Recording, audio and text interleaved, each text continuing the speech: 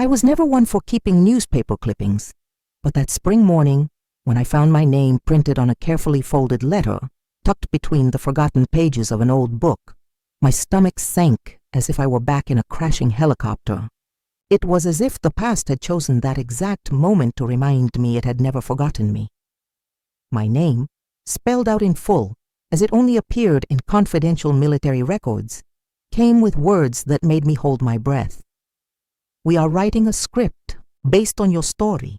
It wasn't the first time someone had poked at what I'd buried, but it had never come with such purpose and precision.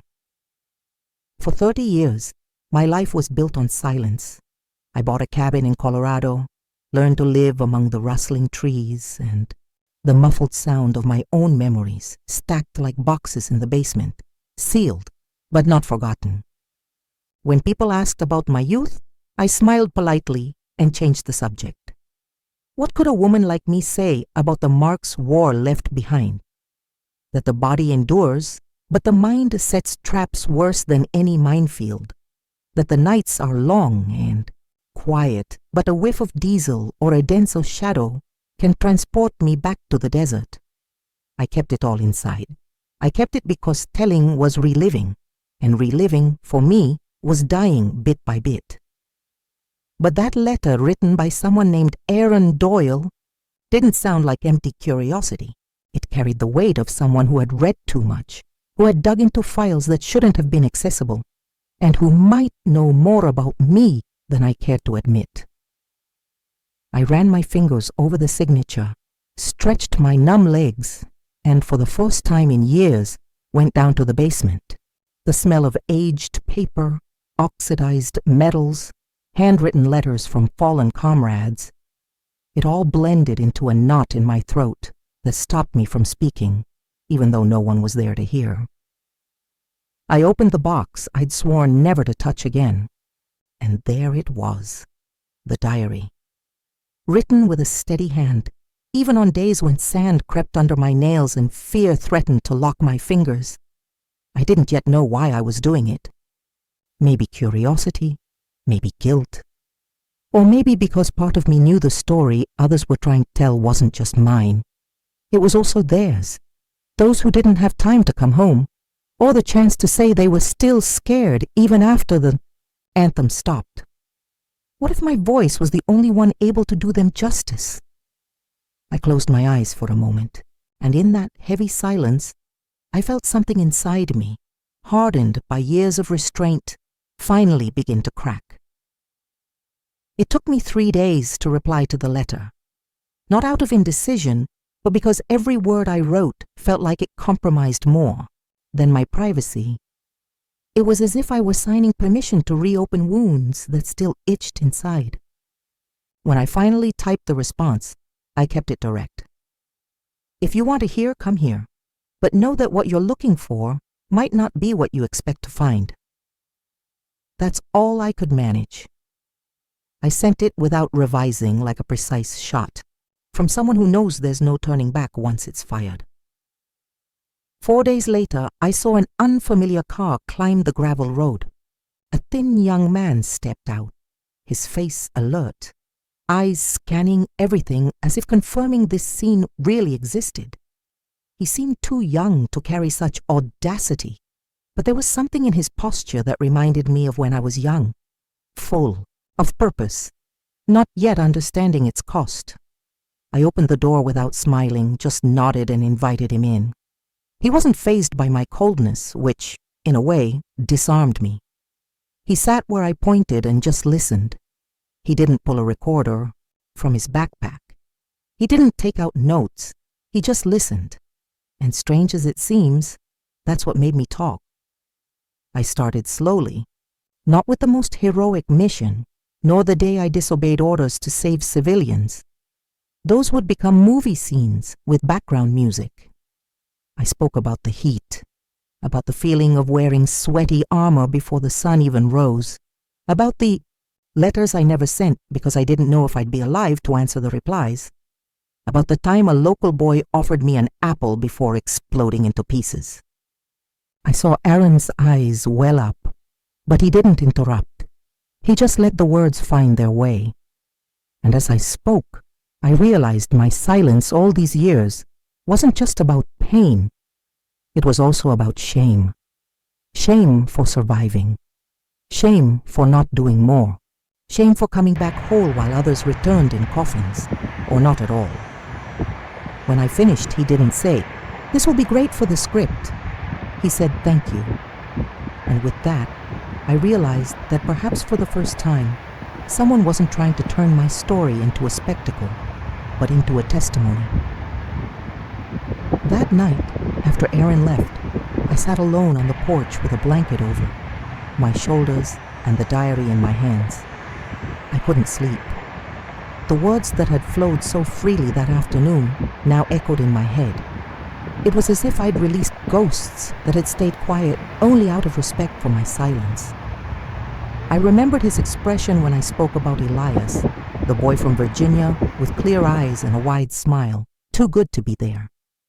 He died in an explosion meant for me, but I had stepped back 2 paces in time. 2 paces that saved my life and cost his. I never wrote the full report of that day. I never told his mother what really happened. The army drafted a formal version, and I signed it. Years later, I received a card with a simple message. "Thank you for looking after my son." I never replied. I didn't know how. Now sitting there, I wondered if this script Aaron wanted to write could be a belated response, not just to that mother, but to everyone who never had a voice. The next day, I got a call from an unknown number. It was a film producer. He said Aaron had shown some notes, and they were interested in moving the story forward. I didn't know how to feel. Part of me wanted to hang up, retreat, return to the cocoon of anonymity, but another part, smaller, but persistent, wanted to see how far this could go if I took the reins myself. I asked for time, and as I hung up, something inside me already knew that time was exactly what I didn't have. The years had hardened me, but they also taught me that running from the past is futile. It always finds a way to catch up, whether through the mail or a stranger's voice. I decided to move forward, with one condition. Every word had to be true, even if the truth hurt. Aaron agreed. He returned the next week with an old camera and a new notebook. We recorded segments, discussed details, and slowly I began to hear myself out loud, as if telling someone else's story. But it wasn't someone else's. It was mine. And maybe it was time to accept that. At the end of that week, I handed him a copy of my diary. I said only, "Read it, then decide if you still want to tell my story." He didn't respond right away. He just nodded, holding that notebook as if it were more precious than a trophy. And when he left, I watched the dust rise from the ground, feeling that for the first time in decades, something inside me had been handed over. 2 weeks of silence passed before Aaron called again. His voice was different, more restrained, as if carrying the weight of what he'd read. He said he needed to talk in person. When he arrived, he brought the diary, now filled with colored markers, folded pages, and notes in the margins. He didn't say the story was powerful. He didn't say it was moving. He said only, "This needs to be told the right way." I nodded. I'd already made my decision. Sharing those memories wasn't about me anymore. It was about Elias, Thompson, Martinez, about names that seemed like statistics in reports, but had smells, voices, laughs, quirks. Aaron then told me the script had been approved by an independent studio. A producer named Chase Weller had read the early drafts and was excited. He said it was the story Hollywood hadn't told yet. A woman, a veteran, forgotten, who had done what decorated men never dared, and then vanished from the spotlight as if she'd never existed. The news didn't thrill me as he expected. My face hardened and he noticed. I never wanted a stage. I never wanted to be put on a pedestal that turns pain into spectacle. I told him firmly that if the film distorted the facts, I'd pull everything. I wouldn't accept canned heroism. Dramatic lines I never spoke, or scenes where I cried silently staring at the horizon. No, that wasn't who I was. And if the story was to be told, it had to come with the dust, the smell of dried blood, the insomnia, and the guilt. Aaron listened. He wrote it all down. He agreed, but warned me. They'll try to change it. They always do. The next week, I received the first draft of the script. I read it in silence, my heart heavy. In some parts, he'd kept my voice.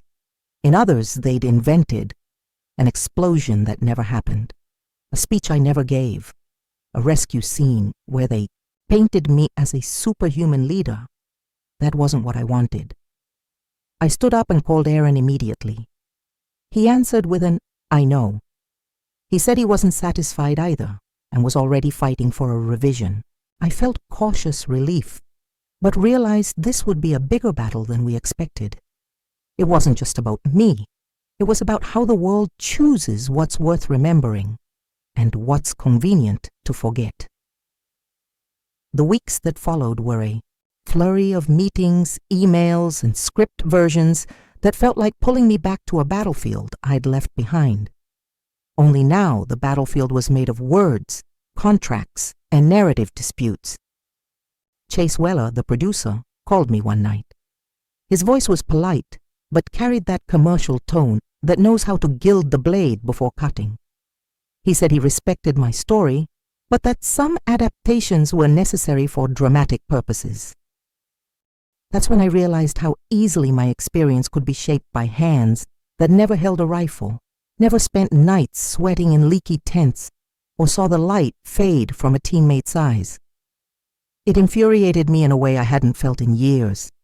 When I hung up, I went straight to the iron cabinet in the basement and pulled out a sealed envelope of documents I'd never shown anyone. Unofficial reports, letters between commanders, aerial photos never released. I didn't want revenge. I wanted truth. I sent everything to Aaron with a short message. If they're going to tell it, then tell it all. His response came in less than an hour. "We'll do it right." And so began the counterattack. Not with weapons, but with resolve. He rewrote the script based on the new information, removed romanticized lines, restored silence where silence was real, and left the blood where it fell. The studio resisted, of course. They said the audience needed an inspiring narrative. I replied that the audience needed reality. That truth inspires too, when told with courage. In the meantime, something unexpected started happening. I received a letter, then another, then more. They were from people who had served with me or who knew someone who did. Men and women, soldiers, children, widows. They all said the same thing. "Thank you for speaking." One came from a woman named Lydia. Her brother, she said, had been saved by me during a mission in Kandahar. I didn't remember him, not by name. But she described the moment with such precision, the marks on his leg, the phrase I supposedly said, the way I carried him on my back, that I understood. Even the parts I tried to erase were alive. In other memories, in other voices, in other families, that shook me more than I cared to admit. I, who had spent a lifetime trying to silence the past, now saw that it spoke for itself in places I never imagined. I realized the film wasn't just about me anymore.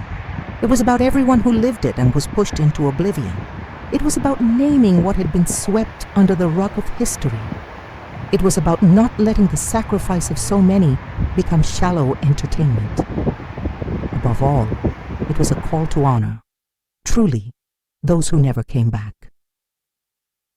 It was on a cold November morning that I learned filming had started, even before I'd approved the final script. Aaron told me in a tone of restrained frustration, but I'd already sensed it would happen. Hollywood's timeline was never the timeline of truth. They work with deadlines, budgets, and box offices, not delicate memories. I grabbed my coat, an old backpack, and headed to New Mexico, where they were shooting the main scene of the central military operation. When I arrived, I stood on the sidelines, watching in silence. There were fake uniforms, trucks too clean, and actors more concerned with lighting than the weight of what they were pretending to live. The worst was seeing the actress playing me. Beautiful, upright posture, but in her eyes, nothing. No trace of anguish, doubt, or exhaustion. She looked like someone posing for a poster, not a soldier on the verge of collapse trying to save, leaves while holding herself together. At that moment, I knew I couldn't remain a silent consultant to my own story. I walked onto the set without asking permission. I didn't yell or make a scene. I just asked them to stop. The crew was confused, but Aaron saw me, and his expression was one of relief. We talked away from the cameras, directors, and power cables. I told him that if it continued like this, I'd withdraw my name, that no one needed to know this was about me if it wasn't told truthfully. He listened. He always listened. And he went to the producers with resolve.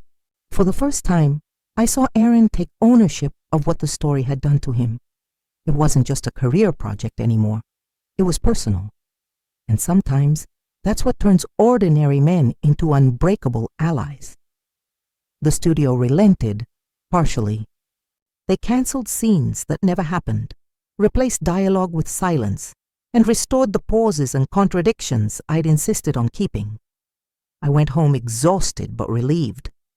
The film wasn't perfect yet, but it was now worthy.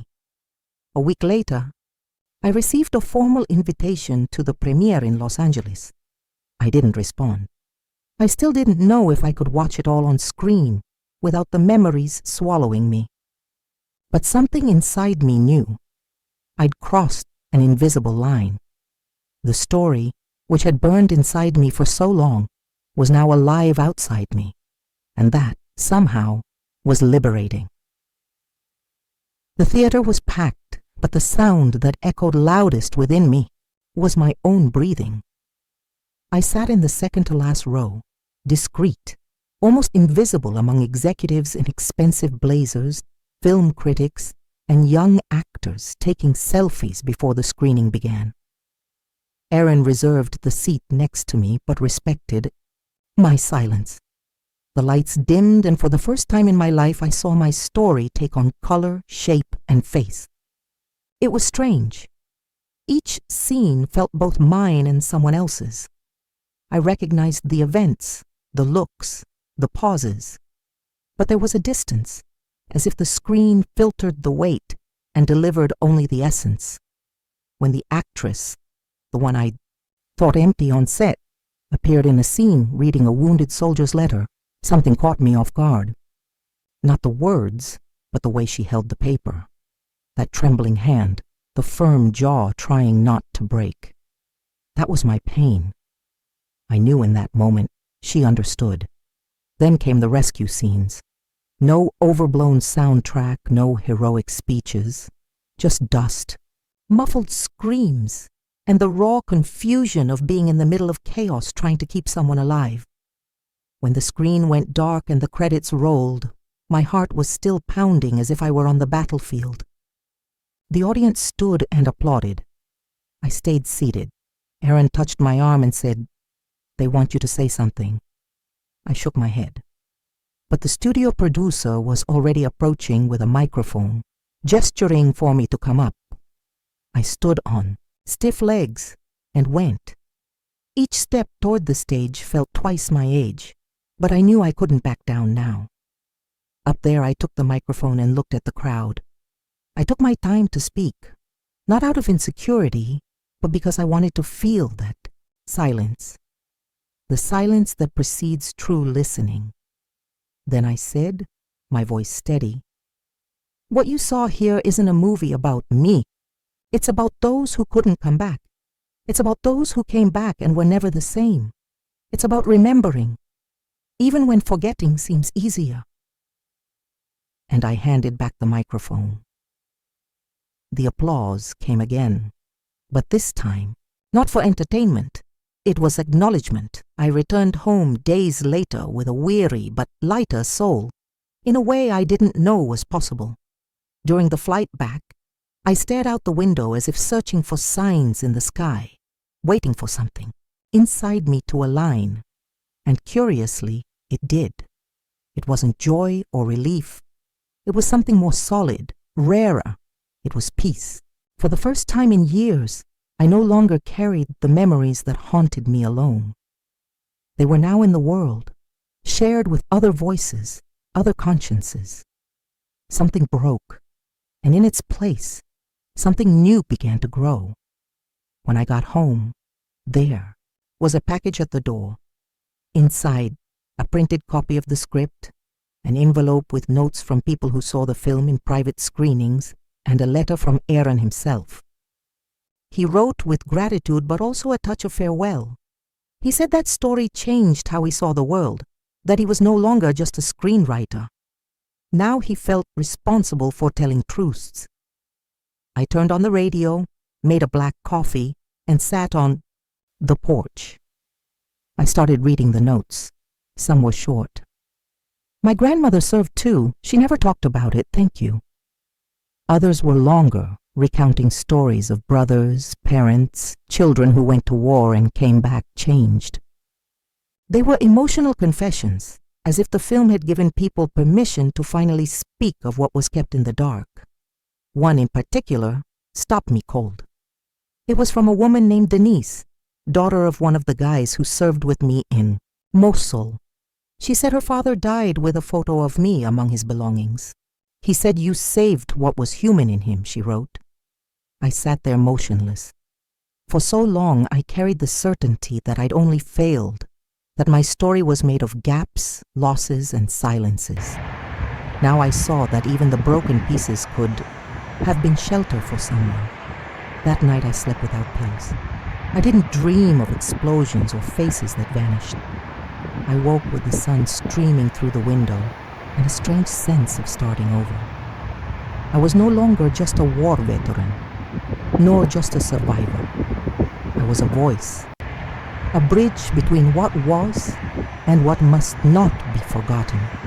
And that, I realized, was stronger than any uniform I'd ever worn. Weeks later, a forgotten box in the back of my closet finally called me back. It was the last one left, the only one I never had the courage to open since returning from the mission. Inside, among old letters and yellowed records, was a smaller envelope, carefully sealed, with my name, handwritten. I recognized Elias's handwriting before I even touched it. He had written that letter in the field, shortly before he died, and one of the guys must have kept it for me. For years I left it locked away, as if opening it could unleash everything, again. But now, with steady hands and a calm heart, I broke the seal and read. His words didn't speak of fear or pain. They spoke of hope. He said that if something happened to him, he wanted me to know that serving by my side gave his life meaning. That on the worst days, just looking at me reminded him why to keep going. He ended by saying that if fate was cruel to him, I shouldn't let the story end in silence. I closed my eyes and took a deep breath. There, in the warmth of that living memory, I understood that the entire journey to this point, the trauma, the silence, the resistance, and finally, the surrender, had led me to the only thing that truly matters, turning pain into memory and memory into legacy. I got up from the armchair, took the final script, and wrote on the first page, "For Elias, for all of them. Thank you for listening." Then I placed it next to the letter, not as closure, but as testimony. The following week, a Veterans Support Foundation invited me to speak. I declined but sent a recording. In it, I said only, "Not every battlefield leaves visible scars, and not every silence is forgetting. Sometimes it's just the time the heart needs to figure out how to tell its own story." And I turned off the camera. Today I still live in the same cabin with the same silences, but they've changed. They're silences of peace, not weight. And when the kids from the village find me and ask if I'm the one from the movie, I smile wryly and say, "Depends on which part you saw." Because in the end, everyone who heard my story now carries a piece of it, and that's more than I ever thought I deserved. Sometimes I wonder what would have happened if I'd never answered that letter, if I'd let the name Helena Whitmore stay hidden among classified reports and dusty boxes. Maybe life would have gone on in silence, and the faces that visit me at night would still be just mine, trapped in my dreams, voiceless in the real world. But now I know some stories need to be told, not for vanity, but for justice. And not justice in the legal sense, but in the most human one, giving every soul the dignity of being remembered. Elias, Thompson, Martinez, and so many others whose names never made it to newspapers or bronze plaques. They now exist beyond my memory. They live in every viewer who cried in front of the screen, in every veteran who found courage to tell their own story, in every young person who understood that war isn't glory, it's scar. Today the film exists. My name appears in the final credits, simple, without titles. Consulting and Real Narrative by Helena Whitmore. That's all I asked for. When someone writes to say they were moved, that they felt something different, that they wanted to call a father, grandfather, or brother who served, I smile, because that was the hardest mission of all. And finally, I accomplished it. I still wake up early. I walk the trails behind my house. I drink my black coffee without sugar. But something in me has changed forever. I carry the past with more lightness now, because I don't carry it alone. It's shared among pages, scenes, voices, and hearts scattered across the world. And if one day someone asks who I was, let them say only this: I was a woman who served, survived, and in the end told. And with that, I gave many the right not to be forgotten.